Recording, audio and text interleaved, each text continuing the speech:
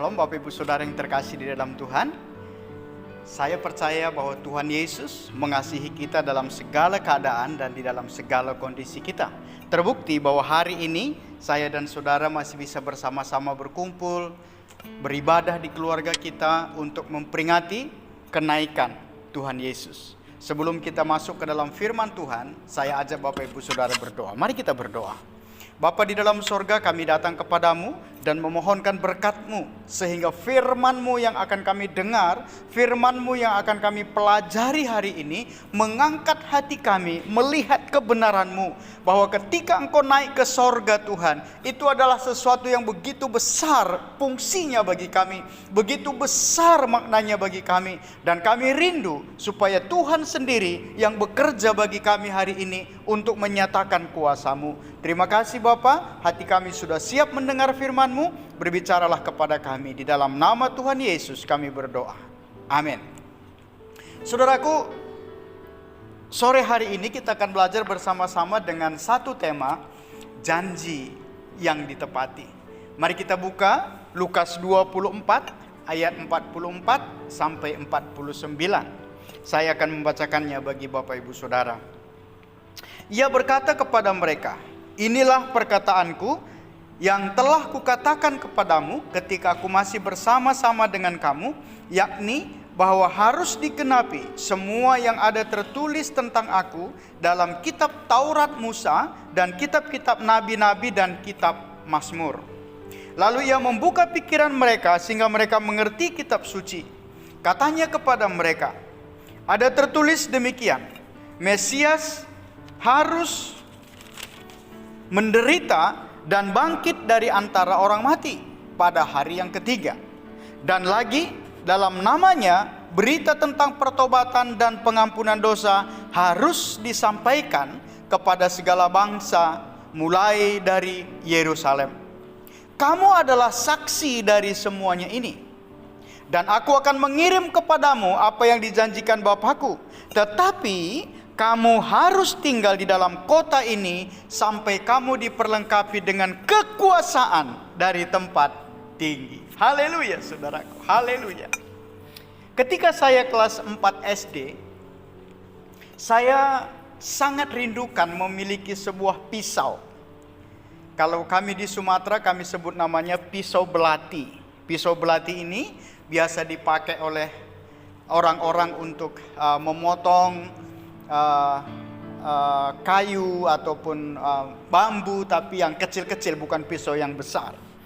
Karena saya sebagai seorang laki-laki dan saya suka membuat mainan sendiri, maka saya sangat ingin punya pisau belati itu. Keinginan saya sampaikan kepada ibu saya, dan ibu saya serta-merta mengatakan enggak, karena kemungkinan besar beliau khawatir kalau pisau itu saya gunakan untuk hal-hal yang tidak semestinya. Tapi karena kerinduan yang begitu besar saudaraku, saya berusaha bagaimana caranya supaya saya mendapatkan pisau itu. Tapi toh nyatanya saya nggak bisa, karena pisau itu harus dibeli dan saya tentu tidak punya uang. Satu kali suami dari kakak saya datang mengunjungi kami karena dia dari desa yang lain. Lalu saya sampaikan, "Bang, boleh nggak abang belikan saya satu pisau belati?" Dia melihat saya, lalu kemudian dia mengatakan, "Oh ya, boleh, saya beli." Wah, saudara, rasanya dalam hati saya begitu senang. Saya berpikir bahwa beberapa hari kemudian saya akan mendapatkan pisau belati itu. Hari demi hari berlalu, minggu demi minggu berlalu, bulan demi bulan pun berlalu, pisau belati itu tidak kunjung dibelikan. Untuk bertanya berkali-kali saya juga sungkan. Lalu kemudian saya berdiam dan tetap berharap bahwa saya akan mendapatkan pisau itu satu hari kelak.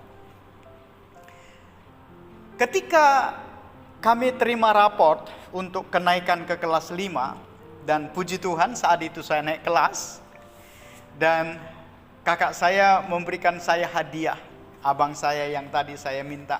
belikan pisau belati itu, dia memberikan saya sebuah hadiah. Dan saya meyakini hadiah itu adalah sebuah pisau belati. Saudara, saya buru-buru membuka hadiah itu dan benar saja bahwa hadiah itu adalah pisau belati. Wah, saya begitu senang menerimanya. Saya merasa bahwa harapan saya selama berbulan-bulan itu tidak mengecewakan. Karena apa yang saya harapkan itu ternyata dikabulkan. Saudaraku yang terkasih, saat Tuhan Yesus bersama dengan murid-muridnya, dia berkali-kali menyampaikan kepada murid-muridnya bahwa dia akan mati, 3 hari kemudian bangkit, lalu kemudian akan naik ke sorga. Dikatakan berulang-ulang, dikatakan berulang-ulang dan berulang-ulang. Tidak persis pada waktu dia katakan itu terjadi, saudara. Tapi janji yang terucap dari mulut Tuhan Yesus benar-benar terjadi. Apa yang dia katakan terjadi. Janji yang disampaikan oleh Tuhan kepada murid-muridnya terjadi.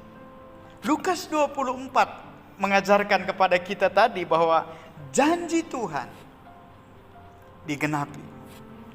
Namun janji itu yang digenapi di dalam firman Tuhan itu tidaklah menyenangkan bagi para murid, saudaraku.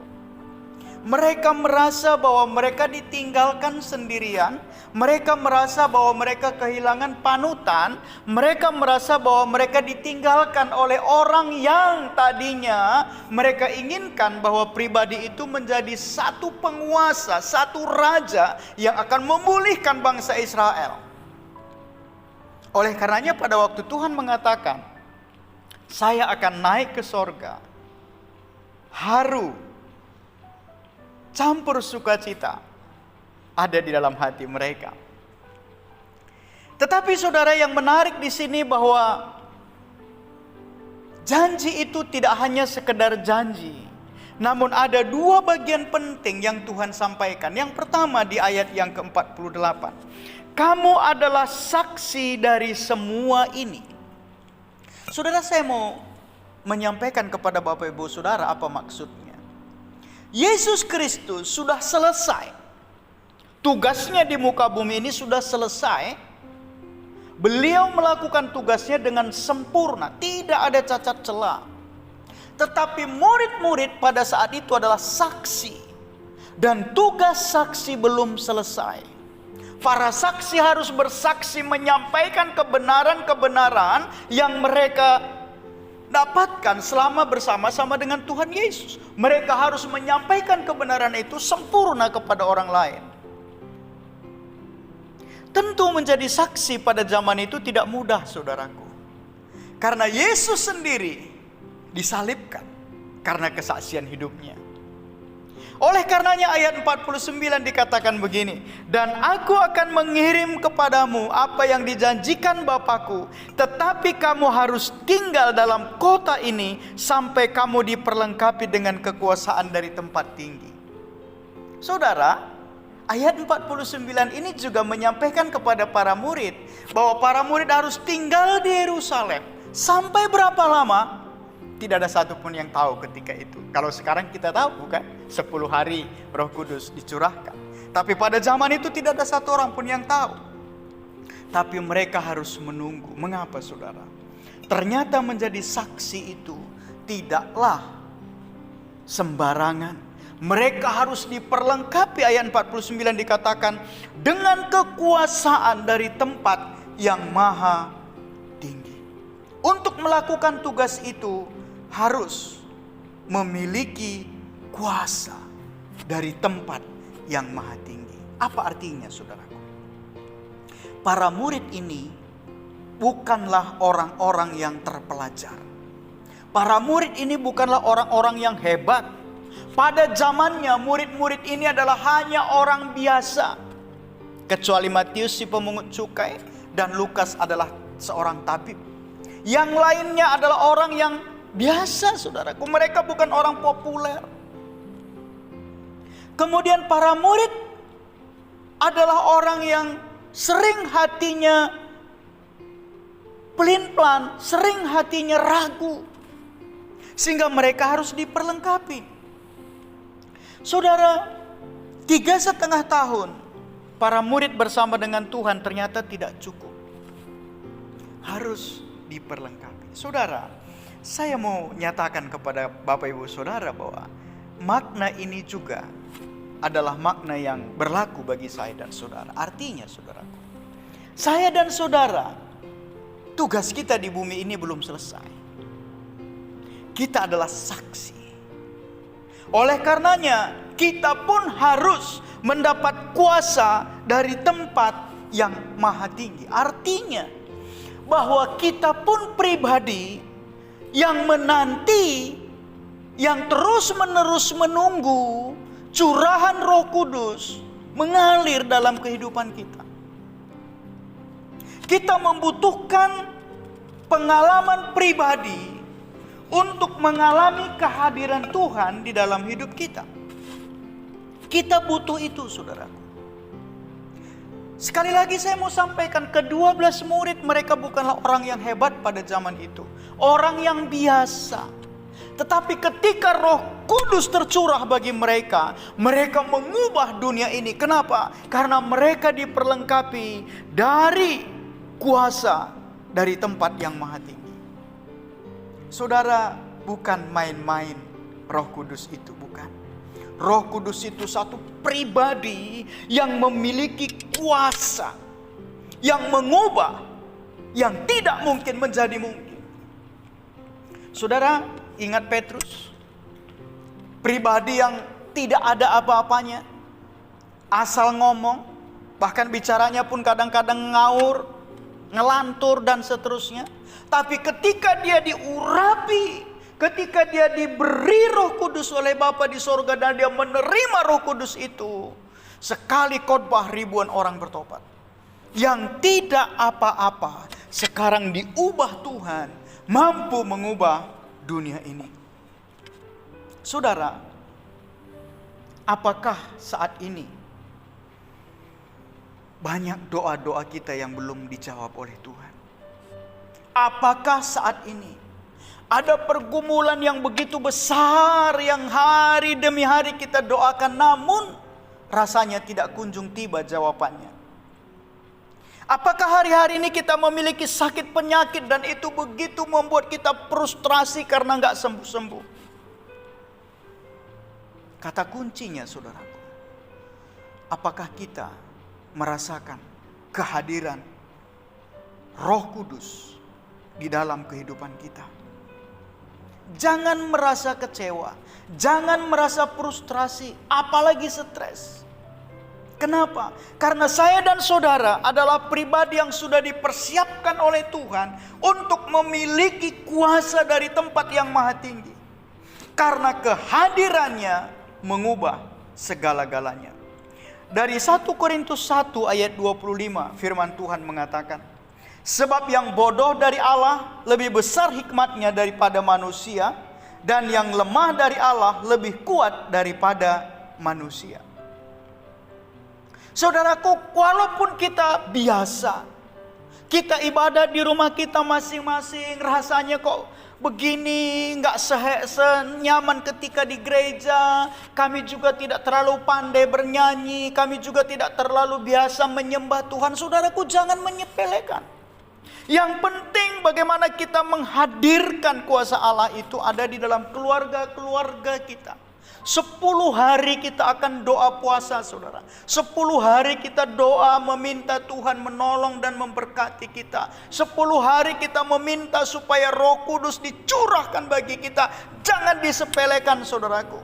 Lakukan ini dalam keluargamu. 10 hari ini sungguh-sungguh doa, puasa, minta Tuhan, sembah Dia, baca firman, beribadah sore hari bersama-sama. Pemulihan itu pasti berawal dari pribadi. Lalu pemulihan itu akan menjadi pemulihan gereja. Pemulihan itu akan menjadi pemulihan seluruhnya. Dimulai dari pribadi kita. Di mana kehadiran Roh Kudus dinyatakan. Hari-hari ini kesempatan kita yang sangat tepat. Saudara, saya merasa bahwa COVID-19 ini adalah ada rencana Tuhan di sana. Rencana di mana rumah tangga kita sekarang semakin kita kenal, bukan? Rumah tangga kita hari-hari ini semakin kita bisa menikmatinya. Bahkan di sana sini kita bisa mulai belajar bekerja sama. Suami mengerti bagaimana sibuknya istrinya mengurus dapur dan seterusnya. Istri mengerti bagaimana suami bekerja keras dan seterusnya. Anak-anak melihat orang tuanya, orang tua melihat keseharian anaknya. Dan di sana sini kita belajar bagaimana cara memperbaikinya. Apalagi Roh Kudus dicurahkan di keluarga kita masing-masing. Haleluya. Saya percaya, saudara, kehadirannya di dalam keluarga kita akan mengubah banyak hal.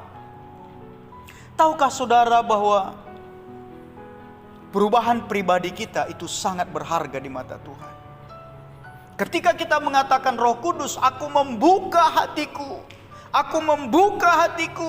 untuk menerima curahan dan kuasa Roh Kudus. Aku membuka hatiku untuk menerima kemuliaan-Mu dinyatakan di tempat ini. Hadirlah Tuhan di dalam hidup kami.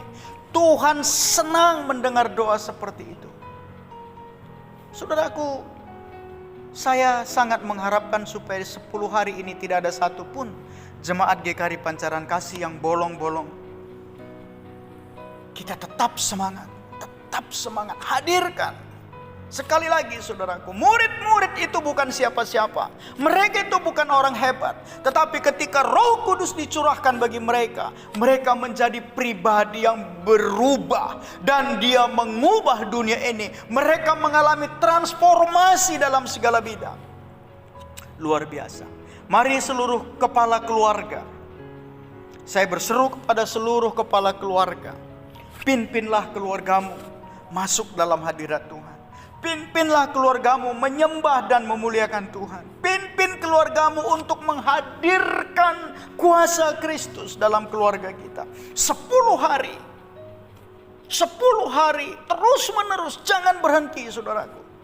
Kita akan melihat kemuliaan Tuhan itu benar-benar hadir dan nyata.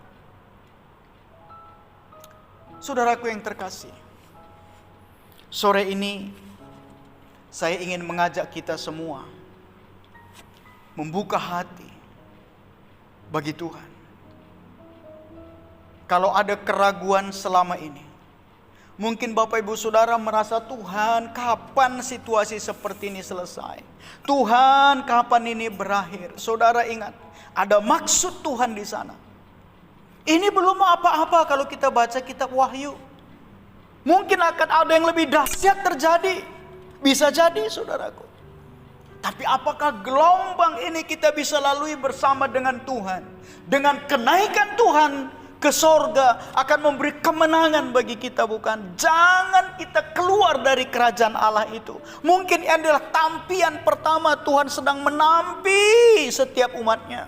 Jangan sampai keluar dari kerajaannya. Tetap berpegang kepada Dia. Buka hatimu. Izinkan Roh Kudus memenuhi Bapak Ibu Saudara di dalam keluarga masing-masing. Dan bukalah hati selebar-lebarnya untuk menerima kehadirannya di dalam keluarga kita. Haleluya, haleluya. Mari angkat tanganmu kepada Tuhan. Sikira malamanaka sakara malamanaka sakatara lama-lamanaka sikira lalamana-manaka si. Sembah, sembah Dia, sembah. Hadirlah Engkau Tuhan, hadirlah Engkau. Hadir dalam keluarga kami Tuhan. Kami butuh Engkau. Kenaikan-Mu ke sorga memberi kemenangan bagi kami. Dan saat ini kami membuka hati kami untuk menerima kehadiran-Mu bagi keluarga kami. Sikira malamaramana sikira nama-lamana sikira lalalalamana kasih. Roh Kudus hadirlah. Roh Kudus hadirlah. Jama semua jemaat-Mu. Jama Tuhan, jama urapi jemaat-Mu. Sikira mana malakara kasih kita lama-lama kasih kira lama-lama kasih. Haleluya, haleluya, haleluya. Haleluya, haleluya. Haleluya. Roh Kudus hadirlah. Roh Kudus hadirlah. Penuhi. Penuhi Tuhan, penuhi setiap kami. Penuhi, kami ingin kehadiran-Mu mengubah kami, menguatkan keluarga kami, memberikan dampak yang luas bagi kami Tuhan. Kami saksi-saksi-Mu yang membutuhkan kuasa Roh Kudus, membutuhkan kuasa dari tempat yang maha tinggi. Haleluya, haleluya, haleluya. Jamah kami Tuhan, jamah kami Tuhan. Sikira malamana kasih kita lama kasih kira kasih. Haleluya, haleluya, haleluya, haleluya. Bapa, terima kasih. Hadirlah Engkau dalam keluarga kami masing-masing Tuhan. Kesederhanaan ibadah kami tidak membuat Engkau tidak hadir. Kesederhanaan ibadah kami tidak membuat Roh Kudus tidak bisa mengubah kami. Engkau hadir, Engkau peduli kepada setiap kami dalam semua situasi dan kondisi kami. Hadirlah Tuhan dan lawatlah kami. Terima kasih Tuhan. Saudaraku, teruslah menyembah Tuhan. Teruslah menyembah Tuhan. Haleluya, haleluya. Sikira malamana sikira. Haleluya, haleluya, haleluya. Haleluya, haleluya. Terima kasih Roh Kudus. Kami tidak bisa membatasi kehadiran-Mu. Kami tidak bisa juga menutup ruang dan waktu kami kepada Engkau. Oleh karenanya bekerjalah Engkau lewat keluarga-keluarga jemaat-Mu hari ini Tuhan. Lawatlah semua kami Tuhan. Kami ingin merasakan kuasa dari tempat yang maha tinggi melawat setiap kami. Terpujilah Engkau, karena kenaikan-Mu ke sorga memberi harapan pasti bagi kami. Karena Engkau menyiapkan tempat bagi kami. Namun sebelumnya Engkau mencurahkan Roh-Mu kepada kami, supaya kami menjadi saksi-saksi-Mu yang hidup, menyampaikan kebenaran kabar sukacita itu. Terima kasih Tuhan. Di dalam nama Tuhan kami Yesus, kami berdoa. Amin. Puji Tuhan Bapak Ibu Saudara. Sekarang kita akan mengakhiri ibadah kita. Mari angkat tanganmu kepada Tuhan. Terimalah berkat dari Tuhan. Biarlah kasih dari Allah Bapa, damai sejahtera dari Tuhan kita Yesus Kristus, persekutuan di dalam Roh-Nya yang kudus, menuntun, melindungi, dan memberkati setiap Bapak Ibu Saudara, dan kehadiran kuasa Allah dalam keluarga kita nyata dari hari ke hari. Dalam 10 hari pencurahan Roh Kudus kita dipenuhi, bahkan dibaptis dengan baptisan Roh Kudus. Di dalam nama Tuhan Yesus. Amin. Tuhan Yesus memberkati.